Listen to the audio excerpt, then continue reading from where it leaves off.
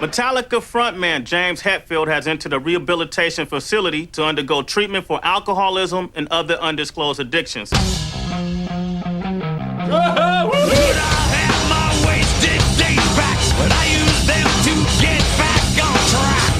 My behavior on the road showed up at home, and my wife just put an end to it.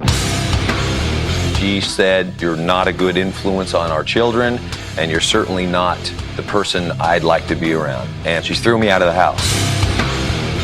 There was no other choice than to check in somewhere. When James told me that he was going off to rehab, the first thing I thought was, well, I'm not surprised. I mean, it was only a matter of time before any one of us checked into rehab. James went away in June of 2001 and said that I'll be back in 5 weeks. Which turned into 8 more weeks, which turned into a few more months, which, turned into a few more months. It was a bit of a sandwich, though. What is it? The unraveling of a band? And then there were 2. I was just left wondering, what's going on? Do we even have a band? I'm prepared for the worst. During the entire period where James was in rehab, Metallica looked like it was falling apart. The longer James chooses to stay away from dealing with us, the further we drift apart. He was away for months and months and months. Even by the time he came back to San Francisco, he was still doing his own thing. I had to step up and take care of myself.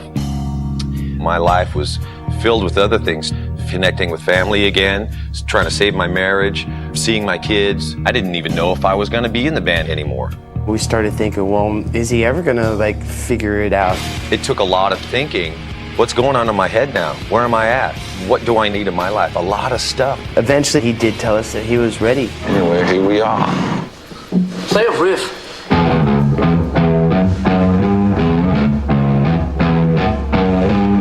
Probably the best sound I've ever heard in my life was the fact that you were playing guitar in here. It was just great to have him there, to know that it's not going to end. Having the support from band, it was just amazing. It was like being born again. We really had to go through all those bad, dark times to get back to the good times. The big machine started rolling again, and they kind of swung back into Metallica world. The album Saint Anger made a lot of sense. It spoke so much of my heart and of everyone else's heart in the band. Who's in charge of my head today? Dancing devils in angels' way. We've proven that you can make aggressive music without negative energy. Enough's enough! That was awesome!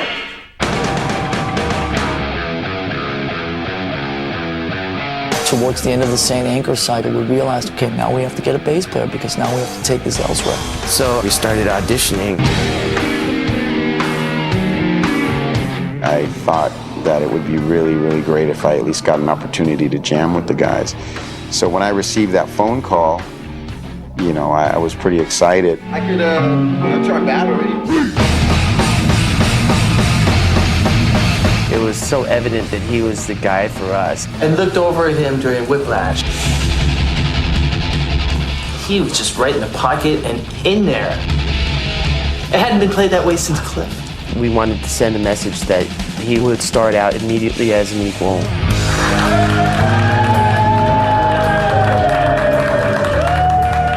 To show you how serious we are about this, offer you $1 million to join our band right now. I can't really talk right now. I was pretty much in shock. For a second, I thought they were joking. It was them saying, we're going to do this different. We're going to do this right. We're not going to make the same mistakes that we've made with Jason. To walk into that environment and to have it be sort of a clean slate was amazing. The one thing about Metallica over the years is they've never been afraid to do something different and take chances. And I think with Some Kind of Monster, they took a big chance. It started out as a 5-minute promo film, and it just transformed into something really raw, real, and honest. When I was running this morning, thinking about seeing the incident, the word comes up so much. That's so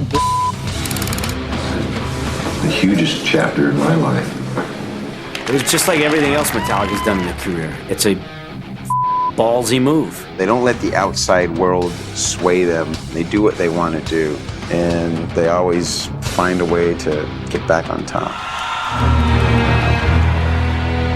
When Saint Anger came out in June of 2003, it hit #1 in 30 countries. When it did debut at #1, that is a good feeling. That, man, you could put your heart out there no matter how black it is, and people can understand it. It felt like all the blood, sweat, and tears that we shed for this band to try to turn it back into a functional, creative entity actually paid off.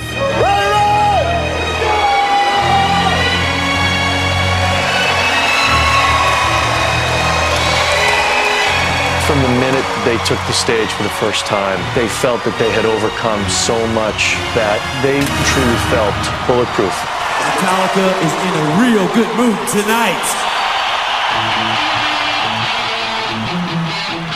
Metallica is in better shape than it's ever been before.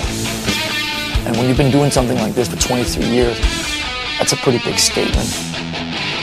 It seemed for a long time like we would never really make it to this point. All right. But we're still here, we're still kicking ass. Get on the train with us and hold on tight, because we don't stop, we go hard. We still rule the world.